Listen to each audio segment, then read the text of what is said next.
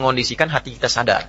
Supaya saat muncul ujian itu, kita merasakan kesadaran bahwa, oh ini jalan sukses saya. Allah kirimkan buat saya, bukan buat yang lain. La yukallifullahu nafsan illa usaha. Kalau kita lihat-lihat, masalah tiap orang kan beda-beda ya. Tapi intinya sama kan masalah? Intinya kepikiran juga kan? Ya kan? Ya, kalau masalah kan nomor 4 ya. Ya kan? Kan berpikir itu ada 4. Ada berpikir, sedikit berpikir, tidak berpikir, pikiranan. Gimana? Masalah itu kan pikiranan kan? Yang dipikirkan kan? Ya, semuanya sama, intinya berpikir. Di perusahaan yang besar, yang kecil berpikir. Ya. Yang sedang ujian berpikir. Kadang-kadang sama-sama pusing, pusingnya sama, tapi bentuk ujiannya beda-beda. Yang paling menarik itu, ujiannya beda sesuai kadar kita. Gak mungkin level direktur diuji dengan level pegawai bawah misalnya. Itu mustahil. Tapi sama-sama pusing juga. Ya, pegawai belum gajian pusing. Direktur proyek belum lancar pusing. Pusingnya kan sama kan? Tapi wujud ujiannya beda. Karena sesuai dengan maslahat kita. Itulah la yukallifullahu nafsan illa. Nah, cara mengatasinya bagaimana? Supaya saat diterima itu, ada ketentraman dalam jiwa. Dan ketentraman itu melahirkan kesadaran. Oh, ini kan yang saya minta. Gak mungkin ujian ini tiba-tiba muncul di hadapan saya kalau saya gak pernah berdoa. Coba siapa yang pengen kaya, pernah berdoa minta sukses. Terus Allah kasih jalannya, nih lewatin dulu ini. Yang paling aneh kan begini, minta begitu dikabul marah. Kenapa harus saya ya Allah?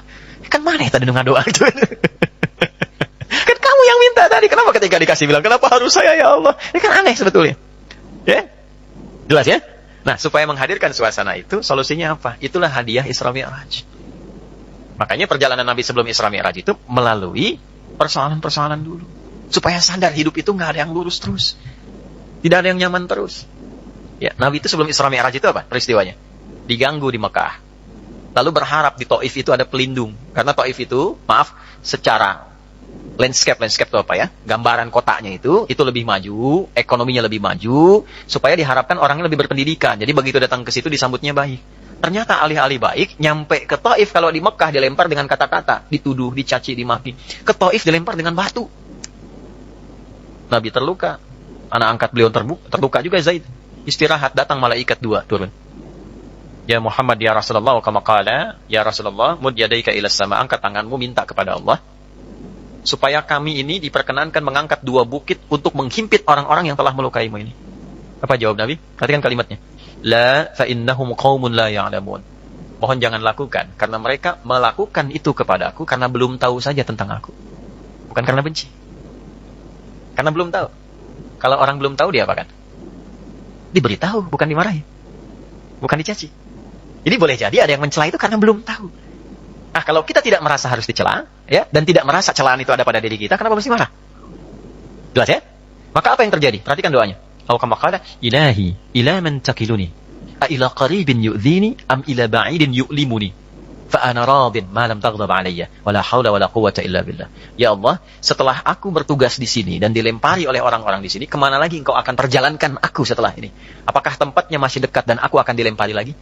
Ataukah tempatnya jauh dari sini dan aku akan disakiti lagi? Aku ridha dengan itu ya Allah, selama itu perintahmu, sepanjang engkau tidak marah kepadaku. Itu poinnya. Tolong garis bawah ini. Sepanjang engkau tidak marah kepadaku. Apapun yang kau perintahkan, aku kerjakan. Apakah tempatnya masih dekat atau jauh dan aku akan disakiti lagi? Dari situlah turun undangan Isra dan Mi'raj. Ternyata bukan cuma di bumi, diperjalankan langsung sampai dengan ke langit. Subhanalladzi asra bi'abdihi lailan minal masjidil haram ilal masjidil aqsa alladzi barakna haulah linuriyahu min ayatina innahu huwas samiul basir. Turunlah peristiwa Isra Mi'raj. Undangan itu turun. Asalnya dari situ. Jadi ketika kita itu sadar bahwa semua apa yang kita alami ini ujian dari Allah untuk membantu kita meningkatkan kualitas hidup, mengabulkan doa kita, disitulah anugerah akan turun.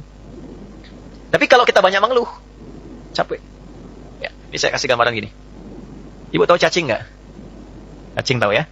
Mas tahu cacing ya? Pak, cacing itu kalau saya punya wajan tuh buat gorengan, panasin. Cacingnya dikasituin tuh. Ya. Kalau belum panas kan dia diam ya. Kalau udah dipanasin dia ngapain? Ah, rungkal tuh. Orang Banten rungkal. Ya. Ngapain cacingnya? Hah? Gerak-gerak gitu kan? Gede. Kenapa? Panas. Bukan karena kepanasan, karena cacing tidak bisa mengeluh. Aduh, panas, aduh. Nah, dia bergerak mencari solusi. Ya. Pernah nggak dengar cacing? Aduh, nggak pernah kan? Kenapa harus saya? Kenapa? Enggak pernah begitu. Kejamnya. Oh, enggak pernah. Ya. Yang dicari solusi. Nah, cacing dihisap tidak? Tidak. Kita dihisap tidak? Cacing tidak dihisap, tapi menjadi umpan untuk makanan kita. Kita yang sering ngumpanin cacing, tapi nggak belajar dari cacing tuh. Kenapa harus selalu ada keluhan? Yo, cicak. Cicak makanannya apa? Nyamuk. Cicak bisa terbang nggak? Nyamuk bisa terbang. Di mana logikanya hewan yang tidak bisa terbang makanannya terbang? Tuh. Tuh kalau nyamuknya pintar, dia punya akal. Ya, jadi mainan cicak tuh. Cicak, gitu kan?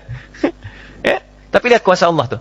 Orang tua kita cuma ngajarin sedikit. Cicak diam-diam datang seekor. Kok datang seekor nyamuk? Bukan cicak mendatangi nyamuk, nyamuknya datang. Siapa yang mendatangkan nyamuk ke cicak itu? Apa pernah cicak mengeluh? Tidak mengeluh. Nah, itu binatang. Nah, yang mau saya katakan, mengembalikan suasana itu, Nabi sudah mengajarkan dari peristiwa Isra Mi'raj. Tidak ada orang bebas dari ujian. Tapi kalau kita menyadari semua datang dari Allah, untuk membuat kita lebih berkualitas, satu, dan mengabulkan sesungguhnya apa yang kita mohonkan dalam doa, maka turunlah kemudian kenyamanan. Kalau Nabi karena Nabi Rasul, mu'jizatnya Isra Mi'raj, naik buruk, kita nggak mungkin naik buruk. Odong-odong banyak. Nah, delman banyak, tapi naik buruk mustahil. Ya, karena peristiwanya tidak mungkin berulang, maka hadiahnya diabadikan, itulah sholat. Itulah sebabnya, panggilan sholat itu bersanding dengan hajat. Karena itu sholat disebut dengan hajat. Kebutuhan. Wasta'inu bis-sabri sholat. Kalau punya masalah, terima dulu dengan sabar. Dan lakukan sholat. Nah, jadi asalnya sholat itu diperintahkan oleh Allah lewat Rasulullah untuk menyelesaikan semua masalah kehidupan kita. Makanya dulu orang-orang yang punya hajat, punya masalah, itu melakukan sholat. Nabi Zakaria punya masalah. Diuji dengan keturunan. Rambutnya sudah memutih, fisiknya sudah letih. Maaf, istrinya divonis menopause dan mandul. Secara medis gak mungkin punya keturunan.